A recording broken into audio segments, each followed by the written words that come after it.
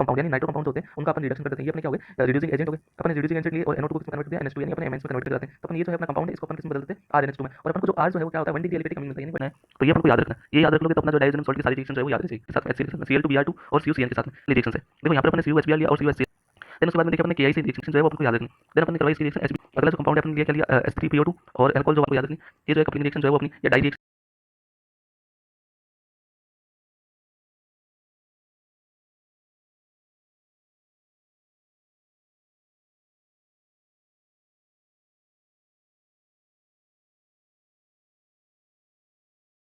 Hello guys and welcome back to our study video. आज अपन जो है एमाइन वाला चैप्टर जो है एमाइंस स्टार्ट करेंगे और उसके साथ ही डाइजोनियम सॉल्ट को देखेंगे। आज जो है अपन में सबसे पहले अपन इसकी एमओपी देखेंगे, देन इसकी फिर प्रॉपर्टीज़ देखेंगे।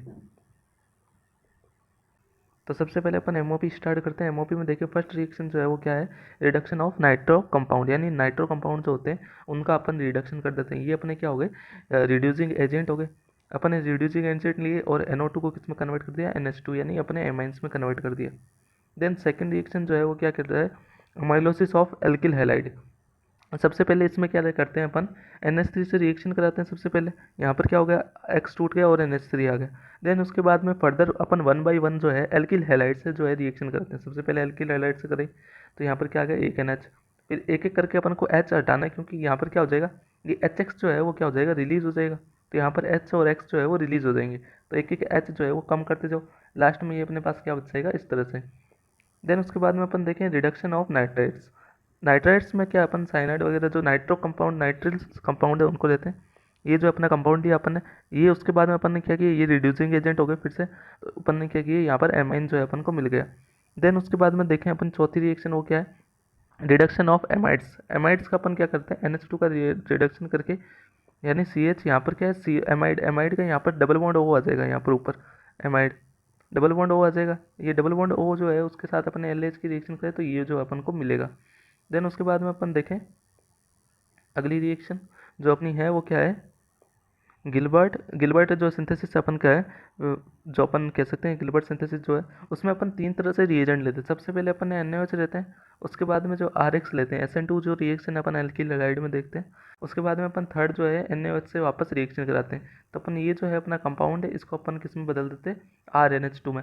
और अपन को जो R जो है वो क्या होता है 1 डिग्री एलिफेटिक अमीन मिलता है, यानी 1 डिग्री जो है वो एलिफेटिक अमीन अपन को मिलता है। फिर उसके बाद में हॉफमान ब्रोमाइड डिग्रेडेशन रिडक्शन। यहाँ पर अपन क्या करते हैं Br2 और KOH, यानी अपन ने क्या किया हॉफमान जो है वो अपन ने ये पहले ले लिया, उसके बाद हम Br से रिएक्शन करें तो Br जो है KOH के साथ मिलकर क्या करता है इसको हटा देगा और ये क्या डबल बॉन्ड O को तोड़ देगा। देन यहाँ पर क्या अपन को मिल जाएगा RNH2 जो है वो मिल जाएगा। देन इसकी अब प्रॉपर्टीज़ के बारे में देखें तो सबसे पहले प्रॉपर्टीज़ देखो तो ये बेसिक नेचर का होगा। सबसे पहले यही बात होगी एमाइंस जो है वो बेसिक नेचर के होंगे, यानी H जो है वो लेगा।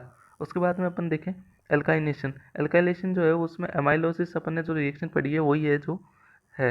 उसके बाद में एसिटाइलेशन। एसिटाइलेशन जो रिएक्शन है उसमें अपन क्या करते हैं ये जो अपना जो Cl है और जो OCRO है उसकी रिएक्शन कराते हैं। तो इसमें क्या किया अपन ने यहाँ पर जो है रिएक्शन कराई तो H से रिएक्शन करा के HCl जो है वो तो क्या हो जाएगा रिलीज हो जाएगा, HCl रिलीज हो जाएगा। तो यहाँ पर लास्ट में जो अपने पास ये वाला पार्ट बच जाएगा पॉजिटिव। तो इस तरह से अपनी ये वाला पार्ट जो है वो R के साथ और NH2 के साथ जुड़ के ये कंपाउंड बना लेगा। देन उसके बाद में देखें अपन कार्बेमिन रिएक्शन। यहाँ पर क्या लिया अपने आइसोसाइनाइड टेस्ट 1 डिग्री जो टेस्ट है ये 1 डिग्री लेते हैं, CH3COH ले लिया अपन ने, यहाँ पर क्या मिलता है अपन को NC मिलता है। देन उसके बाद में अपन देखिए रिडक्शन ऑफ नाइट्रस कंपाउंड। यहाँ पर जो है तीन तरह से रिएक्शन होगी अलग अलग सबकी, तो ध्यान देखना। सबसे पहले अपन लिया 1 डिग्री एलिफेटिक अमीन, एलिफेटिक लिया है 1 डिग्री, ठीक है। देन उसके बाद में इसकी रिएक्शन कराई इसके साथ HNO2 ये नाइट्रस कंपाउंड जो है उसके साथ नाइट्रिक एसिड के साथ हम कराई और Na2HCl जो है अपन ने यूज़ लिया। देन यहाँ पर जो है ये बना। देन उसके बाद में फर्दर ये कार्बोकेटाइन में बदल गया। कार्बोकेटाइन में देखना रीअरेंज पॉसिबल है कि नहीं। देन उसके बाद H2O से रिएक्शन कराएंगे तो यहाँ पर क्या होगा OH यहाँ से क्या आ जाएगा OH आ जाएगा, OH माइनस जो है वो इससे जुड़कर ROH जो है वो बना लेगा। देन यहाँ पर देखिए एरोमेटिक 1 डिग्री एरोमेटिक जो है वो क्या करता है यही जो अपन ने कंपाउंड लिए उसके बाद में और ये जो है वो बना लेता है। देन उसके बाद यानी यहाँ पर ये जो क्या बनता है ये जो है अपना देखिए यहाँ पर ये बनता है अपना डाईएजोनियम सॉल्ट बनता है। ये रिएक्शन जो है वो डाईएजोनियम सॉल्ट बनाने के मेथड ऑफ प्रिपरेशन में क्या होती है काम आती है। MOP ध्यान रखना डाईएजोनियम सॉल्ट में ये काम आएगी। देन उसके बाद में देखें अपन एलिफेटिक और एरोमेटिक 2 डिग्री अमीन। तो यहाँ पर क्या होती है, ये रिएक्शन होती है, कंपाउंड जो है वो सेम होते हैं और ये वाली रिएक्शन होती है। देन 3 डिग्री एरोमेटिक अमीन जो है, ये जो अपना 3 डिग्री है, यहाँ पर क्या किया, Na2+ से अपनी रिएक्शन कराई, तो यहाँ पर अपन को क्या मिल गया, यहाँ पर पैरा प्रोडक्ट जो है वो अपन को क्या मिल गया, NO2 के साथ में, NO के साथ में अपन को क्या मिला, पैरा प्रोडक्ट मिला। देन ये तो रिएक्शन जो अपन ने देखी थी सारी, ये किसकी थी, नाइट्रस एसिड जो है उसके साथ में कराते हैं। देन अपन देखें उसके बाद में एसिल सल्फोनाइल क्लोराइड अपन या हिंसबर्ग जो टेस्ट है उसको अपन देखते हैं। तो इसमें जो है ये वाला कंपाउंड लेते हैं अपन, देखो ये तो RNH2 ये अपनी अमीन हो गई। देन उसके साथ में ये कंपाउंड जो है इसकी रिएक्शन कराते हैं ये, ठीक है। तो यहाँ पर क्या, ये यहाँ पर ये जो HCl जो है वो रिलीज हो जाएगा, HCl जो है वो क्या हो जाएगा, माइनस हो जाएगा, यानी रिलीज कर दिया, तो ये अपना कंपाउंड बन जाएगा। देन उसको फिर अपन NaOH के साथ में रिएक्शन कराएंगे, एक बार सॉल्यूशन जो NaOH का उसमें डालेंगे, तो ये क्या होगा, सोल्यूबल होगा। तो ये क्या होगा, ये सोल्यूबल हो गए। उसके बाद में डिग्री जो है उसके साथ में ये देखो, ये जो है यहाँ पर तो RNH था, यहाँ पर जो है वो अपन R2 हो गया। तो यहाँ पर जो है उसके साथ में अपन रिएक्शन कराते हैं इसी कंपाउंड के साथ, तो HCl फिर से निकाल दो, तो यहाँ पर ये कंपाउंड बन जाएगा। तो फिर एक बार NaOH के साथ में डालेंगे तो इनसॉल्युबल हो जाएगा। फिर 3 डिग्री में देखें तो यहाँ पर क्या होगी, रिएक्शन जो है वो नहीं होगी, 1 डिग्री 2 डिग्री और 3 डिग्री जो है वो अलग अलग तीनों के होंगे। तो ये तो क्या होगा, सोल्यूबल होगा, ये जो है इनसॉल्युबल होगा, और इसके साथ जो है वो रिएक्शन जो है कंप्लीट नहीं होगी।